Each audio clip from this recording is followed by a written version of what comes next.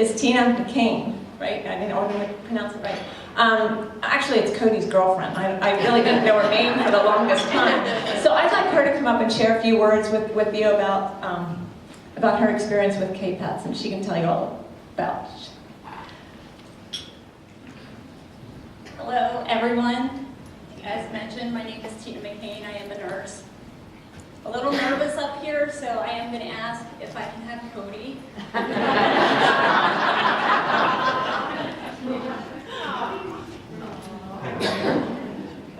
Thank you.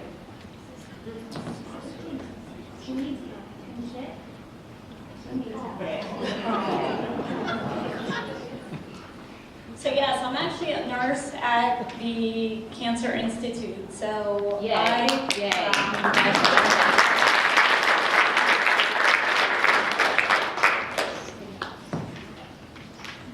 So I have been able to witness the amazing effects of KPETS. And I do want to share some of those experiences. And I did have a speech, but I think I'm just going to go with it and not do a speech. When I was trying to get together words for tonight, I realized that, yes, I am a caregiver, but I think all of us are. Actually, I don't think I know all of us are in some point. Okay, sit. Thank you. Whether we're caring for a parent or a brother, sister, son, daughter, whether we're caring for animals, whether we're caring for patients, at any point in time, we are all caregivers. We might have our 8-hour, 10-hour, 12-hour job, but when we are done with our job, we are caregivers, 24/7. So what happens when you care 24/7? You're ultimately going to become exhausted. You're ultimately going to become a care receiver.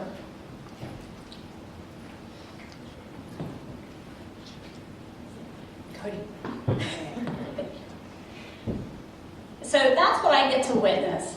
I get to witness what KPETS does with care when patients or when people who need the care, who are receiving care.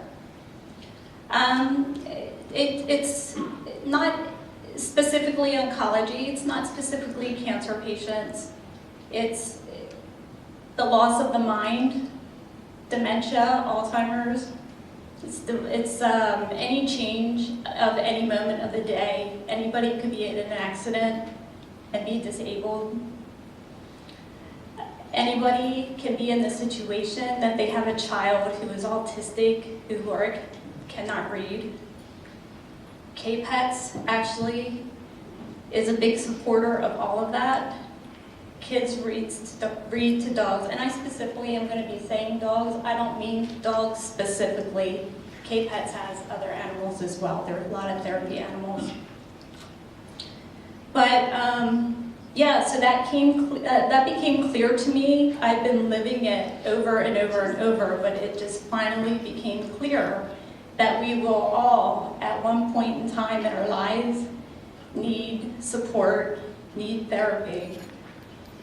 So the very first time KPETS joined, or we as a Lancaster General Hospital, joined with KPETS or asked KPETS to come in, it was about 2 years ago. In the infusion center, I do work in the infusion area. I specifically remember this as if this was yesterday. We had a patient come up. We've been treating her for a while. We've had a patient, she came up to us, she was in a lot of pain. She was just given the prognosis of a few days. She was crying, upset, feeling hopeless. There was a dog on the unit that day, and she saw the dog, and she said, "Can I see the dog?" So we got her comfortable in her bed. Specifically remember this. She was on her right side. Benny went in, I don't want to say names, but Benny went in and he sat with her, and he sat and he just looked at her. She put out her arm, and for the first time in a long time, she stopped her tears. She was no longer in the moment that she was going to die. She stayed with Benny, Benny stayed with her. Tony was awesome, gave all his time, as much time as was needed, until she was finished with the visit, and she died a few days later. But with that moment, she was so happy to be able to be with Benny. There's quite a few other stories. I recently had a patient who came in with a heart rate of 150, and for some of you who have been treated or have known someone who has been treated, 150 we cannot treat. I knew she was nervous, she was anxious, so again, I called for the dog, and the dog went in, sat with her, she petted him, and after 20 minutes, her heart rate was 90, and we were able to treat her. It was amazing. Just recently, I had the opportunity to treat a veteran, and this story probably is way too common, but I went in to talk to him, and he had a tattoo. So I asked him about his tattoo, and he told me, he said, the tattoo is actually not for me, it's for my buddy. I said, are you able to share? He said yes, and he started crying. You see, he was supposed to be on a shift while he was serving, and his buddy noticed that he was completely tapped. He needed rest. So he told him, encouraged him, please let me take your shift. So after a long time of encouragement, because they don't easily do that, they don't easily give up their shift, they're all a team. He did give up his shift. So to make that story a little shorter, what had happened was that there was a helo that came in that night, and something went wrong, and there was an explosion.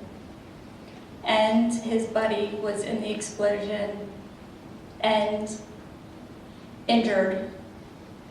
And the guy who was sleeping at the time ran out to his buddy, and the buddy died in his arms. So he told me this story. The tattoo was completely to him, his buddy, or in honor of his buddy. He told me this story. We were all in tears. He was in tears. And again, I look around, and there's an animal, there's a dog, and we went in there, and he spent time with this dog, and he was no longer crying, he was smiling, still hurt, obviously will be hurt for a long time, but for that moment, he was no longer thinking of that, because that's what these animals do. They take you away from the moment. They help you to feel non-isolated. They help you to feel like you have hope. They help you to take out the moment of despair in your life. They help people to grow, going back to helping people read. People who have strokes, they're there, and they just want a pet, and they become more apt to use their fine and gross motor skills. So, animals don't care what we look like. They don't care what our situation is. I just want to read a quote. Can you just hold that? Thank you. And I can't quote the person who said it, but I'm sorry about that. But I specifically thought that this related nicely to the animals.